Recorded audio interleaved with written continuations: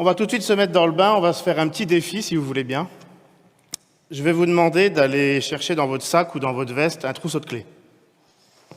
C'est pas une blague, hein. Allez vraiment chercher un trousseau de clés. Alors ça peut paraître anodin, mais je vais vous laisser une quinzaine de secondes pour enlever une clé de ce trousseau à une seule main. C'est pas une blague non plus, il faut vraiment l'enlever à une main.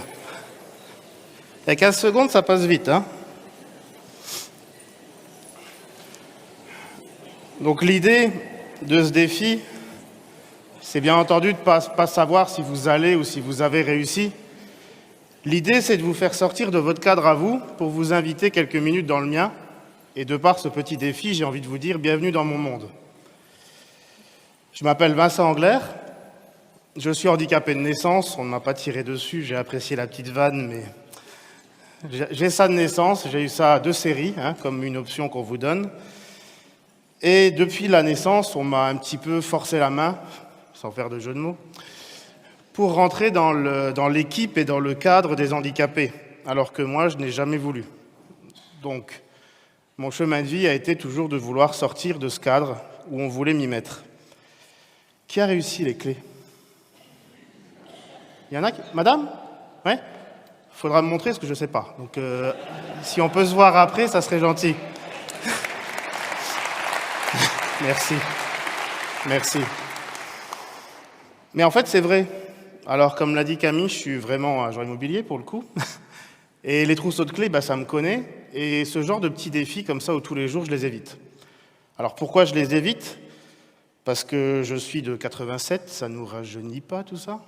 Et j'ai grandi, en fait, jusqu'à mes 15 ans, jusqu'à à peu près Internet se démocratise, j'étais persuadé que j'étais seul au monde.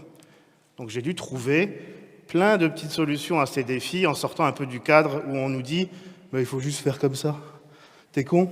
C'est pas dur? Fais-le à deux mains. » Non. Donc j'ai dû un petit peu me débrouiller. Et effectivement, il y a des défis que je catégorisais, donc soit urgents, soit importants, soit vitaux pour certains, on va y venir, et certains inutiles. Donc pour le coup, enlever la clé du trousseau de clés, je demande à ma femme... Elle y arrive très bien pour moi, puis en plus, je n'ai pas d'ongles, alors comble. Mais quand on m'a demandé de faire ce talk, je me suis demandé est-ce que mes défis, du point de vue handicap, allaient pouvoir vous concerner, vous. Mais je pense qu'on est tous plus ou moins concernés par nos défis et qu'à un moment donné, on doit tous sortir du cadre parce que j'ai appris, et comme disait aussi Jean-Paul Sartre, l'enfer, c'est les autres.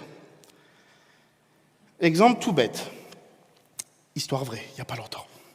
Samedi après-midi, il fait beau, votre femme vient de finir un puzzle qu'elle a mis des semaines à faire, qu'elle a mis dans un beau cadre, et puis elle m'a demandé de l'accrocher gentiment dans les toilettes. Moi, en bon gentleman bricklayer, j'ai dit pas de problème, je descends à la cave, je farfouille un peu dans mon atelier, je prends un clou, je prends un marteau, je remonte. Mais comment je mets le clou? Là, pour le coup, c'était un peu bizarre. Je dis, bon, je vais faire un pré-trou, quand même que je réfléchisse un petit peu. Je vais chercher la perceuse, le forêt, je branche tout ça. Mais comment je mets le forêt sur la perceuse? J'ai quand même réussi à lui accrocher le cadre au mur, parce que dans mon esprit, je ne veux pas que le handicap soit supporté par mon entourage. Donc j'ai continuellement eu cette envie et ce besoin de sortir du cadre pour pas que ça soit quelque chose qui les supporte.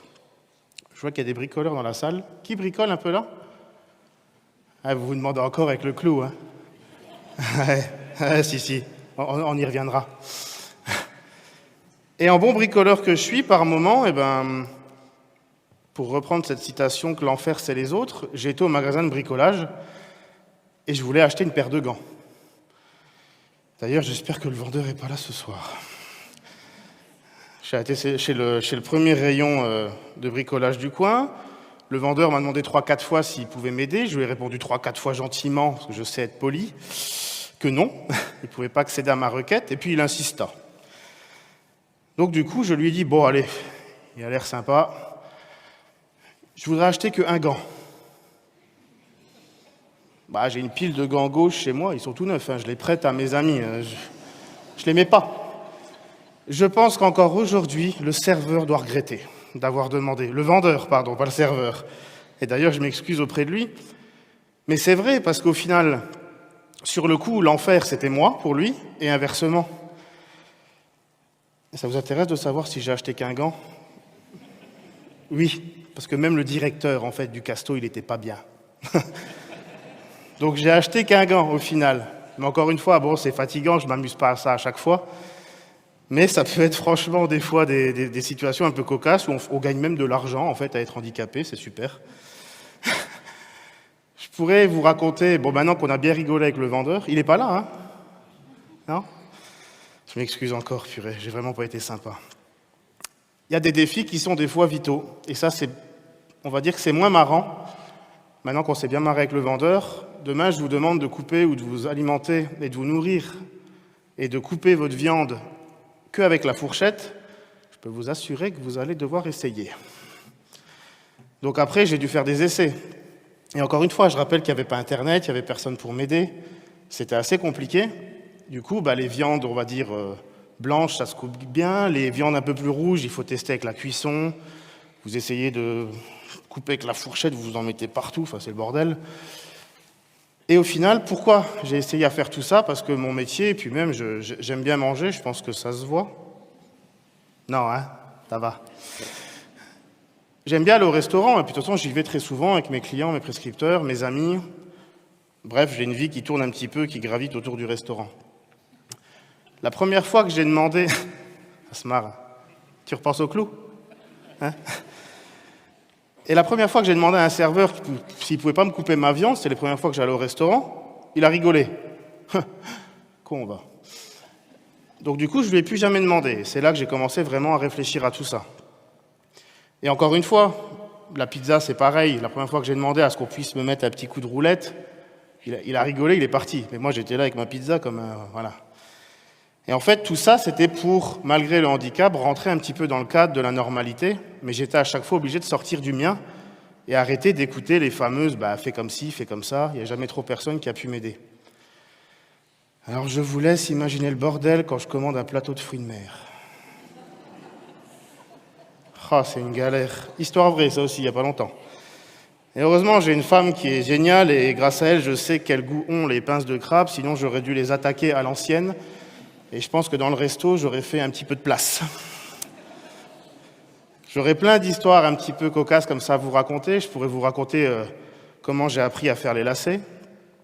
Je vois que monsieur a regardé, ils sont faits. Hein. C'est pas des scratchs. J'ai arrêté. Je pourrais vous expliquer pourquoi j'ai fait mes nœuds de cravate aussi à une main, pourquoi j'ai appris. Tout simplement parce que la première fois que j'étais en stage, mon premier jour de stage en BTS, mon tuteur m'a demandé de rentrer chez moi parce que je n'avais pas mis de cravate. Qu'on va. Donc j'ai appris à faire les nœuds de cravate. J'ai appris à jouer à la console, j'ai appris à faire du modélisme, du karting, j'ai essayé plein de choses et je n'ai jamais été dans une catégorie handisport, donc j'allais battre les valides. C'est sympa, pour moi. Pour eux, moins. Ils me disaient bonjour au début du week-end et le dimanche, bizarrement, ils ne me saluaient pas. Hein. Je pense qu'ils ne m'aimaient plus trop, mais je peux les comprendre, c'est de bonne guerre. Ils sont pas bons, ils sont pas bons. Hein.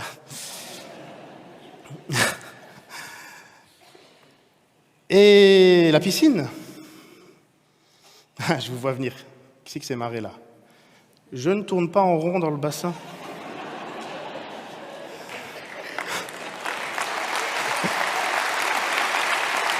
Merci. Je ne tourne pas en rond. Alors j'ai tendance à tourner dans ce truc-là, c'est un peu... Hein, mais je ne tourne pas en rond dans la piscine et je ne suis pas comme Nemo. Tout le monde voit Nemo? Pas comme lui. Je nage très bien, très vite, et d'ailleurs j'ai réappris à nager. Je devais avoir une 30aine d'années avec un grand nom de la natation handisport, Anita Fati, qui m'a réappris, qui m'a un petit peu rééduqué dans la natation à un bras. Parce que si je vous raconte comment j'ai appris à nager à la base, c'était un peu archaïque. Je devais aller tout simplement à la piscine avec mes petits copains à l'époque, hein, forcément.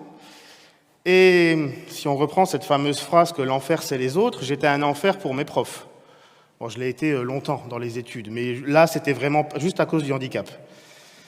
Et du coup, je devais aller assister aux cours de piscine à l'école élémentaire, primaire, et je devais aller dans le bassin où j'avais pied. Donc là, ça allait bien. Et dès qu'on pouvait aller jouer un peu dans le grand bain, j'étais pas convié. Moi, je devais rester assis sur les gradins. Et dans ma tête, je dis, mais c'est pas possible. Pourquoi ils y vont? Moi, j'y vais pas. Bon, j'ai la paluche qui marche pas bien, mais bon, au final... Mais en fait, ils voulaient pas prendre le risque de m'apprendre, et je peux comprendre. Honnêtement, avec du recul, je leur en veux pas. J'ai eu la bonne idée de sauter dans le bain. Il n'y a personne qui m'a félicité sur le moment. Mais je me suis pas noyé, je suis là. On m'a sûrement traité de tous les noms à l'époque-là, mais je devais m'en foutre un petit peu. Et c'est comme ça que j'ai appris à noyer. Donc, j'ai toujours dû sortir du cadre pour apprendre différemment. On a toujours voulu me mettre dans le cadre du handicap et j'ai jamais voulu y être. Alors, je peux vous assurer que des fois, je râlais un petit peu avec les administrations. On s'entendait pas bien. Mais tout ce parcours de vie-là m'a servi jusqu'au jour du 29 juillet 2019, date à laquelle je suis devenu papa. Et je pensais avoir tout vu, je pensais être à l'aise avec quasiment tout. Je suis le premier sur la liste des déménageurs. Quand les potes déménagent, ils m'appellent pour faire du béton. Bref, je suis démerdard dans beaucoup de domaines, et je m'en suis sorti. Mais quand on vous met un petit mogwai là, de 50 cm dans les bras et qu'on vous dit, tiens, tu fais comme ça, clac, clac, la couche, clac, le fameux clac-clac qui va bien là. Je disais à la sage-femme, je dis, mais tu peux me montrer ce que tu veux, je t'écoute pas, de toute façon ça marche pas. Mais elle pouvait pas m'aider, j'étais un petit peu son enfer, et pour le coup, là c'était elle. J'ai mis longtemps à être à l'aise avec le petit, je l'admets maintenant, j'ai mis longtemps à l'admettre, et je l'ai jamais fait tomber, il n'est pas tombé. Le seul truc que je jetais par terre, c'est les manettes de la console. Ça m'a coûté un peu cher, à mon père, à l'époque. Et du coup, qui peut être concerné par ça, par un enfant? Un peu tout le monde. Le premier body que j'ai changé, la première couche que j'ai changée, alors je m'étais super bien, il y avait la table allongée qui était là, il y avait Gremlins qui était au milieu, là, il bougeait pas. Il y avait une couche propre là, l'alignement, et puis là, en fait, dans la bagarre du caca, la couche propre, elle m'a servi pour moi, pour m'essuyer. Ça s'est pas trop bien passé. Jusqu'au moment où maintenant ça va très bien, il est même il commence à comprendre, maintenant il a presque 4 ans. Je repense au caca sur le bordel. Et jusqu'au moment où j'ai dû lui apprendre à nager à lui. Et je l'ai emmené du coup à la piscine avec maman, on a été à 3, tous main dans la main. Il n'y a toujours pas de jeu de mots, je parle vraiment comme ça. Et on a appris un petit peu à le nager, et puis là, il y a les maîtres nageurs qui ont voulu m'aider comme le vendeur du casto. J'ai pas spécialement apprécié, et avec les années, je suis peut-être un peu moins corporate dans les réponses. Mais je ne l'ai pas noyé non plus, il est toujours en vie. Il est même très intelligent, parce qu'il a remarqué que j'avais la main qui marchait pas, il a arraché une main de sa peluche, et puis il a dit, comme ça, il est comme papa. Donc, est-ce que mes petits défis du quotidien peuvent vous servir? Je pense très honnêtement que oui, parce que j'ai jamais considéré le handicap comme une fatalité. Je pense qu'il ne l'est pas. Je pense que c'est quelque chose en plus qu'on vous donne à la naissance ou après un accident, il faut faire avec. Rien faire, c'est un peu la solution de facilité, je le vois comme ça. Mais qu'on soit handicapé ou non, souvent, c'est le regard des autres qui change, c'est l'enfer, c'est les autres, et on est un petit peu obligé de se tourner vers les autres. Et si on veut se tourner vers les autres, on est obligé de sortir du cadre. Merci.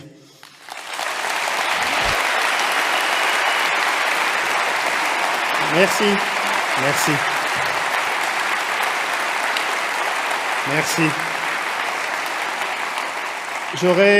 J'aurais bien applaudi avec vous, mais même ça, c'est un peu le bordel. À tout à l'heure. Au revoir.